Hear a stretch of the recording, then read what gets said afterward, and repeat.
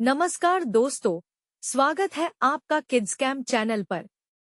आज हम जानने वाले हैं इतिहास के 5 सबसे बड़े सुनामी तरंगों के बारे में। ये वो प्राकृतिक आपदाएं थीं जिन्होंने पूरी दुनिया को हिला कर रख दिया। तो चलिए बिना देर किए शुरू करते हैं। सुनामी के बारे में कुछ तथ्य। सुनामी की तरंगे गहरे समुद्र में 500 से 800 किलोमीटर प्रति घंटे 310 से 500 मील प्रति घंटे की गति से चल सकती हैं। ये धरती की सबसे तेज प्राकृतिक घटनाओं में से एक हैं। सुनामी एकल तरंग नहीं होती, बल्कि तरंगों की एक श्रृंखला होती है, जिसे वेव ट्रेन कहा जाता है। पहली तरंग अक्सर सबसे बड़ी नहीं होती है और तरंगे घंटों तक आती रहती हैं। दूसरी या तीसरी तरंग पहली से कहीं ज्यादा शक्तिशाली हो सकती है। अधिकांश सुनामी जलमग्न भूकंपों के कारण होती हैं, विशेष रूप से उन क्षेत्रों में जहां टेक्टोनिक प्लेटें आपस में टकराती हैं और एक प्लेट दूसरी के नीचे धंसती है। गहरे पानी में सुनामी की तरंगें आमतौर पर 1 मीटर से भी कम ऊंची होती हैं और जहाजों के लिए बिना किसी रुकावट के गुजर जाती हैं। हालांकि जब वे उथले तटीय पानी की ओर बढ़ती हैं, तो वे धीमी हो जाती हैं और उनकी ऊंचाई अचानक बढ़ जाती है, कभी कभी 30 मीटर 98 फीट से भी अधिक। सबसे बड़ी सुनामी, जिसे मेगा सुनामी कहा जाता है, विशाल भूस्खलन, ज्वालामुखी विस्फोट या उल्का प्रभाव के कारण होती है। ये तरंगें अविश्वसनीय ऊंचाई तक पहुंच सकती हैं और अपार विनाशकारी प्रभाव डाल सकती हैं। पैसिफिक महासागर का रिंग ऑफ फायर दुनिया का सबसे सक्रिय सुनामी क्षेत्र है। लगभग 80% सुनामी इस भूकंपीय रूप से सक्रिय क्षेत्र में होती हैं, जो भूकंप और ज्वालामुखी विस्फोटों के लिए जाना जाता है। 2004 के हिंद महासागर सुनामी के बाद उन्नत सुनामी चेतावनी प्रणाली विकसित की गई है। ये प्रणाली समुद्र के नीचे भूकंप का पता लगा सकती है और तटीय क्षेत्रों को चेतावनी जारी कर सकती है, जिससे हजारों लोगों की जान बचाई जा सकती है। कई रिपोर्टों में जानवरों को सुनामी आने से पहले अजीब व्यवहार करते देखा गया है। ऐसा माना जाता है कि जानवर कंपन या वायु दाब में बदलाव को महसूस कर सकते हैं, जिससे वे आपदा का पूर्वानुमान लगा सकते हैं। कुछ संस्कृतियों में सुनामी को मिथकों और किंवदंतियों के माध्यम से समझाया गया है। उदाहरण के लिए, जापानी लोक कथाओं में सुनामी को अक्सर समुद्र के देवता या ड्रैगन का क्रोध माना जाता है और उन्हें शांत करने के लिए बलि दी जाती है।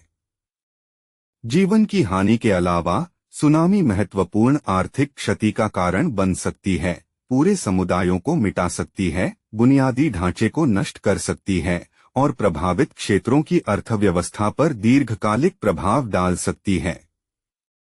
भूतिया सुनामी दहशत की लहरें। गहरे समुद्र की गहराई में, जहां कोई भी इंसान कदम रखने की हिम्मत नहीं करता, एक ऐसा रहस्य छिपा हुआ था जिसे सदियों से कोई नहीं जानता था। यह कहानी है जापान के एक छोटे से गांव हानाबिरा की, जो समुद्र तट के किनारे बसा हुआ था। गांव के लोग समुद्र से अपनी रोजी रोटी कमाते थे, लेकिन एक काले दिन उनकी किस्मत बदलने वाली थी। एक रात जब पूरा गांव गहरी नींद में सो रहा था, तभी समुद्र से एक रहस्यमय आवाज आने लगी।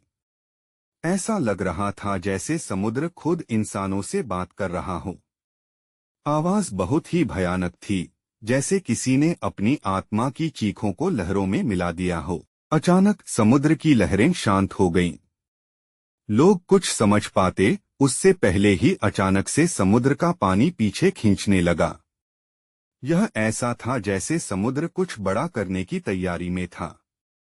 लेकिन पानी के पीछे खींचने से पहले गांव के बुजुर्गों ने एक अजीब सी चीज देखी। पानी के नीचे सैकड़ों लोगों की परछाइयां दिखाई दे रही थीं। वे परछाइयां इंसानों की तरह दिखती थीं, लेकिन उनके चेहरे अस्पष्ट थे, जैसे वे आत्माएं हों जो वर्षों से समुद्र में भटक रही हों। अचानक से एक विशाल सुनामी की लहर गांव की ओर बढ़ने लगी। लोग भागने लगे, लेकिन उनके पास समय नहीं था। लहर ने गांव को अपनी चपेट में ले लिया और सब कुछ पानी में समा गया। जब सुनामी का पानी वापस गया तो गांव के कुछ लोग बच गए। वे सभी समुद्र तट पर लौटे, यह देखने के लिए कि क्या कुछ बचा है। लेकिन जैसे ही वे तट पर पहुंचे, उन्हें वहां एक भयानक दृश्य दिखाई दिया। उन सभी परछाइयों के चेहरे अब साफ दिख रहे थे और उनमें से कुछ तो गांव के ही लोगों के थे जो कुछ समय पहले ही लहरों में समा गए थे। वो आत्माएं अब समुद्र का हिस्सा बन चुकी थीं और हानाबिरा के लोग समझ गए कि वे कभी भी अपने गांव में वापस नहीं आ सकेंगे। वे जानते थे कि समुद्र की आत्माएं अब उन्हें चैन से जीने नहीं देंगी। और तभी से उस गांव को भूतिया गांव कहा जाने लगा और वहां कोई भी इंसान कदम रखने की हिम्मत नहीं करता। कहते हैं आज भी जब समुद्र की लहरें उठती हैं तो उन आत्माओं की चीखें सुनाई देती हैं जो उस भयानक रात में लहरों के साथ बह गई थीं। यह कहानी हमें याद दिलाती है कि कभी कभी प्रकृति के क्रोध के पीछे भी कोई अनदेखी ताकत हो सकती है जो हमें अपनी सीमाओं का एहसास कराती है। और सुनामी की लहरें सिर्फ पानी नहीं होती बल्कि उनमें छिपी होती हैं उन आत्माओं की कहानियां जिन्हें हमने भुला दिया है। साल 2004 में हिंद महासागर में आई सुनामी ने दक्षिण एशिया के कई देशों में भारी तबाही मचाई थी। 9.1-9.3 की तीव्रता वाला भूकंप इस सुनामी का कारण बना। इस विनाशकारी घटना में 2,30,000 से ज्यादा लोग मारे गए थे और लाखों लोग बेघर हो गए थे। इसकी लहरें इतनी ऊंची थी कि उन्होंने कई तटीय क्षेत्रों को पूरी तरह से नष्ट कर दिया। साल 2011 में जापान में आई सुनामी भी एक भयानक प्राकृतिक आपदा थी। इस सुनामी को 9.0 तीव्रता के भूकंप ने जन्म दिया था। इसकी लहरों ने जापान के तटों को तबाह कर दिया और फुकुशिमा परमाणु संयंत्र को भी भारी नुकसान पहुंचाया। इस त्रासदी में 15,000 से ज्यादा लोग मारे गए थे। 1960 में चिली में आए 9.5 तीव्रता के भूकंप के बाद जो सुनामी आई, उसने पूरे प्रशांत महासागर के कई देशों को प्रभावित किया। यह अब तक का सबसे बड़ा मापा गया भूकंप था। इस सुनामी की लहरों ने चिली, हवाई, जापान और फिलीपींस में भारी तबाही मचाई। इस सुनामी ने 6,000 से अधिक लोगों की जान ले ली थी। 1755 में पुर्तगाल की राजधानी लिस्बन में आए भूकंप ने सुनामी की लहरों को जन्म दिया था। इस त्रासदी में लिस्बन शहर के साथ साथ अन्य कई तटीय शहर भी बर्बाद हो गए थे। इसकी लहरें इतनी विशाल थी कि उन्होंने अफ्रीका के तटों को भी नुकसान पहुंचाया। 1883 में क्राकाटोआ ज्वालामुखी के विस्फोट से उत्पन्न सुनामी ने इंडोनेशिया के कई तटीय क्षेत्रों को नष्ट कर दिया था।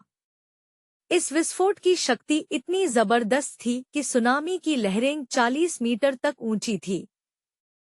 इस आपदा में 36,000 से ज्यादा लोग मारे गए थे। तो दोस्तों, ये थी इतिहास की 5 सबसे बड़ी सुनामी तरंगे जिन्होंने पूरे विश्व को हिलाकर रख दिया। प्रकृति की इन विनाशकारी शक्तियों से हमें यह सीखने को मिलता है कि हमें हमेशा सतर्क और तैयार रहना चाहिए। अगर आपको यह वीडियो पसंद आया हो तो कृपया लाइक, शेयर और किड्सकैम को सब्सक्राइब करें। धन्यवाद।